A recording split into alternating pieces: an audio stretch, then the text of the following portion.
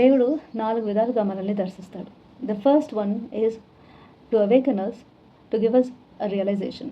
మనల్ని మేల్కొలిపి మనం తెలుసుకునేటట్టుగా చేస్తాడు. ఆ మేల్కొలుపు దయచేసినప్పుడు మనకు రియలైజ్ అవుతాం, అరే మనం చేసేది కరెక్ట్ కాదు కదా, మనం చేసేది కరెక్ట్ కాదేమో, నోనో ఏదో నేను చేసేసానులే, ఇట్లా వీళ్ళతో సహవాసాలు ఉండి నేను కూడా ఇట్లా అయిపోయినానులే, మనం చేసేది అట్లా కాదు, నేను తప్పు చేశాను దేవా, నేను నీ దగ్గరికి వస్తానని దేవుని దగ్గరికి వెళ్ళాలి.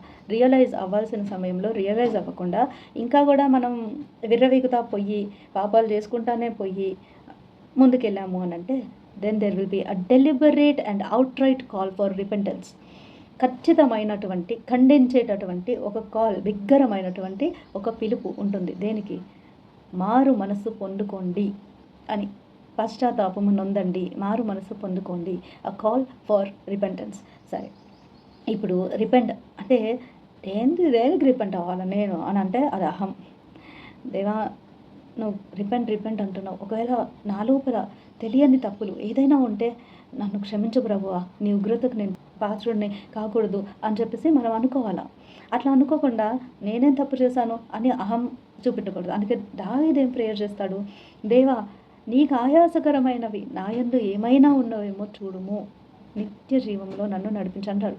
అంటే ఇప్పుడు నీకు ఆయాసకరమైన మార్గములు లేకపోతే తలంపులు నా లోపల ఉన్నాయేమో చూడు అని దావీదు ప్రేయర్ చేస్తాడు. కానీ మనకు వాక్యంలో మరి తలంపు పుట్టక మునుపే ఆ తలంపు దేవుడు ఎరిగి ఉంటున్నాడు అని ఉంది. అప్పుడు మనం ఏమని ప్రేయర్ చేయాలా? దేవా నీ నుంచి కాని తలంపులే నాకు రావద్దు అని ప్రేయర్ చేయాలా.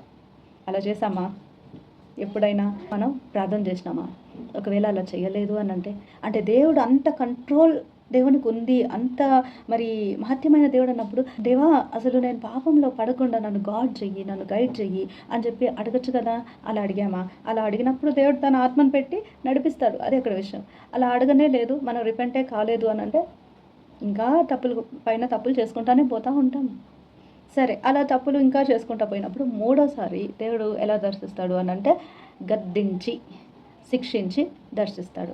అంటే అది ఏ రకంగా అయినా మనం తప్పులు చేసుకుంటా పోతే దేవుడు ఏదో ఒక రోజు గట్టిగా ఇస్తాడు, ఏదో ఒక రోజు చూపెడతాడు. అది సిక్నెస్ రూపంలోనో, యాక్సిడెంట్ రూపంలోనో, లేకపోతే మనం చేసేటటువంటి ఈవిల్ థింగ్స్ మనకే తిప్పికొట్టడం కదా, అలాంటివి జరుగుతాయి కదా మనుషులకి.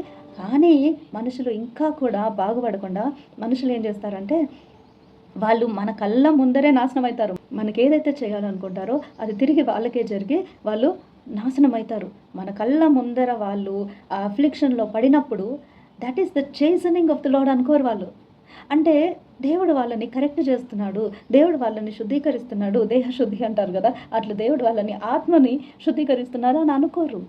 They do not receive chastisement of the Lord. అప్పుడు ఏమవుతుంది? అలాగే బ్రతుకుతారు లేసి. అలా ఇంకా పాపంలో పోయినప్పుడు ఏం జరుగుతుందంటే ఎక్కడో ఒక చోట ఆ అహంభావనలో చెడు మార్గంలోనే అలాగే వెళ్తూ ఉండి ఏం జరుగుతుందంటే ఏదో ఒక రోజు వాళ్ళ నోటి మాటలతో కానీ, వాళ్ళ క్రియలతో కానీ, వాళ్ళ చేతపళ్ళతో కానీ, వాళ్ళ బ్లాస్ఫెమీ అవమానాలు, పాస్టర్లని కానీ, ఇంకా వాక్యం చెప్పేటోళ్ళని కానీ ఎవరినైనా కూడా అప్పనిందలు చేయటము, అవమానపరచడము, తర్వాత దేవుని పరిశుద్ధాత్మని దూషణ చేయటము, దేవదూషణ చేయటం, దేవుడు ఉన్నాడా, దేవుడు ఏం చేసినాడు అని ఎగతాళి పట్టించడము, దేవుడు ఉన్నాడా అని భయం లేనటువంటి మాటలు మాట్లాడినాడు, ఏం చేసినాడు నీ దేవుడు అంటే దేవుడు నీతో ఏమన్నాడు, ఇట్లాంటి భయంకరమైనటువంటి మాటలు మాట్లాడతారు కదా, భయము లేకుండా. అలాంటి వాళ్ళని దేవుడు ఉగ్రతకి అప్పచెప్తాడు. అది 3 సార్లు దేవుడు దర్శిస్తాడు. 1 మేల్కొల్పడానికి చూస్తాడు, 2 మారు మనసు పొందుకోండి అని బిగ్గరంగా అవుట్రైట్గా లవింగ్గానే చెప్తాడు, 3 గద్దించి శిక్షించి దేవుడు దర్శిస్తాడు. అప్పుడు కూడా మారలేదంటే ఇంకా 4వది నేరుగా గొయ్యిలోకి పోయే మార్గంలోకి దేవుడు వదిలేస్తాడు. అందుకే the lord corrects those whom he loves. ఆయన ఎవరిని గర్దిస్తాడు, ఎవరిని శిక్ష చేస్తాడు? ఆయన ప్రేమించే వాళ్ళని. లేకపోతే వాళ్ళ ఇష్టం అని వదిలేస్తాడు. మనుషులకి భయం లేకుండా అయిపోయింది కదా. ఎంత భయం లేనటువంటి తనం అంటే ఎక్కడ చూసినా ఫాల్స్ విట్నెసెస్, ఎక్కడ చూసినా ఆ మనుషులు ఎదుటి వాళ్ళు ఎవరని తెలియకపోయినా కూడా అబద్ధ సాక్ష్యాన్ని చెప్పడానికి వచ్చేస్తారు మనుషులు. మరి మనుషులు ఎట్లా ఉన్నారు అని అంటే ఇప్పుడు 2 వ్యక్తుల మధ్యలో ఒక సంభాషణ జరుగుతుంది, లేదంటే ఒక తగువు జరుగుతుంది. అక్కడ విట్నెస్ ఎవరు? దేవుడు అక్కడ విట్నెస్ చేసినప్పుడు దేవుడికి తెలుసు అన్నీ చూశాడు, అన్నీ చేశాడు, అన్నీ అయిపోయినాయి. మనలో ఎవరో ఒకరు మనకు తెలిసిన గుంపును పిలుచుకుంటే, నేను పిలుచుకుంటే నా వైపు మాట్లాడతారు, నువ్వు పిలుచుకుంటే నీ వైపు మాట్లాడతారు. ముఖం తెలియని వాళ్ళని పిలిస్తే ఏమని మాట్లాడతారు? సమాధానం పరచడానికి ట్రై చేస్తారు. అట్లా లేకుండా అబద్ధ సాక్ష్యాల్ని పిలుచుకొని నోటికొచ్చిన మాటలు మాట్లాడి అబద్ధాలు, నోరు తెరిస్తే అబద్ధాలు, పలికిన ప్రతి మాట అబద్ధము, చేసిన ప్రతి చేష్టలు అబద్ధము. ఎవరు నీకున్నారు, ఎవరు వస్తారు దిగి అంటే దేవుడు వస్తాడంటే దేవుడు రాలేదు కాబట్టి ప్రత్యక్షంగా నీకు దేవుడు లేడనా? దేవుడు ఆల్రెడీ ఉన్నాడు, అన్నీ చూస్తున్నాడని భయం లేదు మనుషులకి. The eyes of the lord are in every place beholding the good and evil అని ఉంది వాక్యంలో. దేవుని కనుదృష్టి, దేవుని కళ్ళు ప్రతి మంచి చెడ్డని చూస్తున్నాయంట. వాళ్ళంతా అహమే నెత్తి మీద పెట్టుకొని ఊరేగుతారు. దేవుడు చూపిస్తాడు బిగ్ పిక్చర్. అహము కృపని కాలదన్నుకుంటే తర్వాత ఉండేది తీర్పే. అది మనుషులు అర్థం చేసుకోవాలి. దేవుడు కాల్ ఇచ్చినప్పుడు రిపెంట్ అని, అరే మనం ఇట్లా ఉన్నామే అని చెప్పి మనం ఎవరి ఎడలా తప్పు చేశామో వాళ్ళతో పోయి రికన్సైల్ అయ్యేటటువంటి పరిస్థితి కలగాలి.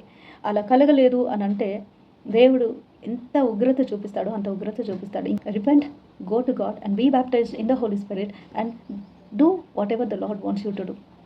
అంతే. And those who have blasphemed God wait for God's wrath and you will know when you go to your own grave. That's all.